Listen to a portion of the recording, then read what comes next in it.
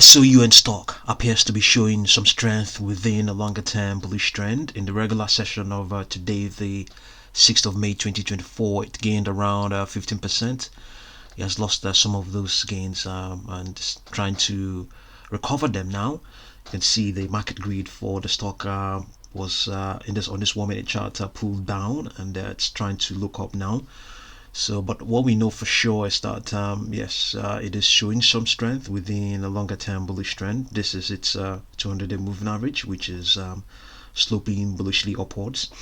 And we also identified in the last two videos that a cycle may have, or rather in the last video, if not the last two, that the stock has completed a cycle, in a very short term, an intermediate term, and a new cycle seems to be forming. And since that time, last time we covered it, the stock was just two sessions up from the end of the cycle. So it was 2 sessions up now. Since that time, a lot more trading sessions have since passed, and the stock has continued to look up. The formation is still very much in effect. We also observed that the outer waves of this cycle. Okay, it's so this cycle has 4 waves, as you can see, 1, 2, 3, 4. So the outer waves are much longer.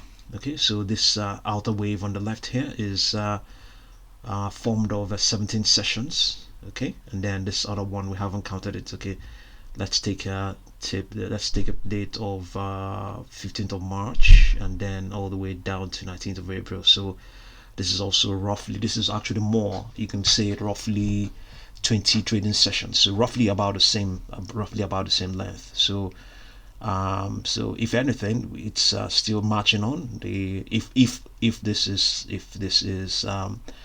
something to go by, if this theory is anything to go by, then we have a couple of sessions to go. So we'll say, since this is the 19th of April, and then we have the 20th. So the next trading session was the 22nd of April. Let's say 22nd of April will take us all the way towards 22nd of May. So that is when we might reach the first leg of this cycle, to 22nd of May. So we can see, let's see what we can extrapolate. It's 22nd of May. Let's see what we're going to get here. 22nd of May, that will be around here, somewhere around here. Okay, let's see, 22nd of May, yeah, somewhere around here. And 22nd of May, it could be anything. It could be this Fibonacci projection of a 6.79. It could also be 7.85. So what we also observed in that video was that we had a projection that its 10-day moving average was going to get to 6.15. That has not happened. It may have happened, but it happened intraday, but on the daily prints, that has not happened yet. It hasn't closed at 6.15 since that time, or even that, yeah, indeed it hasn't. And indeed, its 10-day moving average its 10-day moving average hasn't is there as well. So, but what we also pointed out that if it's going to get to that 6.15, then the price itself might be around 7.75, and then this Fibonacci grid was way above. The bottom of that grid was just right here, sitting on its peak of $9.5. But since that time, the Fibonacci projection, the algo behind this Fibonacci projection, has now recalculated and now brought the grid right into the chart, right into its into the curve of into the plot of the chart of the stock, the plot of its prices. So as such, we now have also that a Fibonacci projection of 7.81, which is not far off from 7.75, is also in play there. So if anything, we think we're getting, if you like, some validations. So 7.81 is sort of price that it can print. sort of 7.81, and so 7.81. If you go all the way to, it come the 22nd of May, it may even be higher than that, or it may not, but what looks like a cycle, the first wave of is the cycle is coming into play, and indeed it could be a higher price of 8.75. It could be higher price 8.9, 8.83. It could even be all the way towards 10.33. And who says it can't reach a 12.13.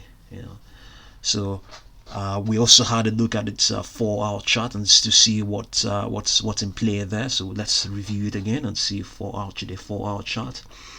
Okay, so the 4-hour chart, all of its nearly all of those Fibonacci projections have been taken out. Okay, all of them have been taken out, but obviously it has since recalculated. A 4-hour chart is not really.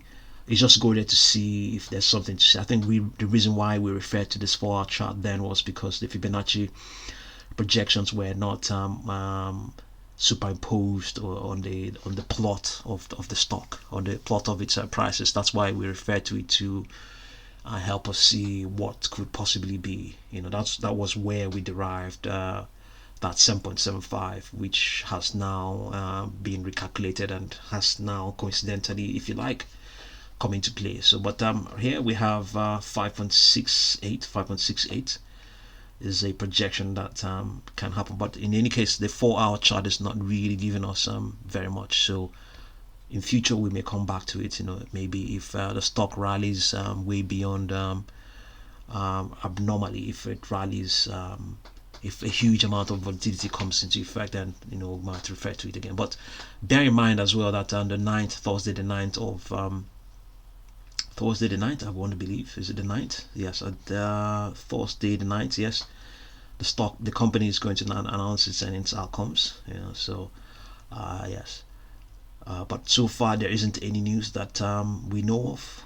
So as things also stand right now, in as much as we are all very much bullish, there's a good chance that it might also show some weakness, but it doesn't. It has actually been doing that. It pulls back and then pulls back, corrects slightly, and then continues to move up. So expect that to continue to happen, because the stock itself is trading at a premium. I want to believe is it trading at a premium? Yes, it's trading at a premium to its 10-day moving average. So its 10-day moving average is at $4.28, and its standard deviation is around $0.243. So it is, yes, it's deviating away from its that 10-day moving average by around $0.243. Not a huge deviation, not a huge one, but all of these are what you have to bear in mind. But there's every indication that it may continue to extend bullishly upwards. So let's see what's going to happen. I'll definitely continue to update you and see what you make of it, and thank you very much for watching this video.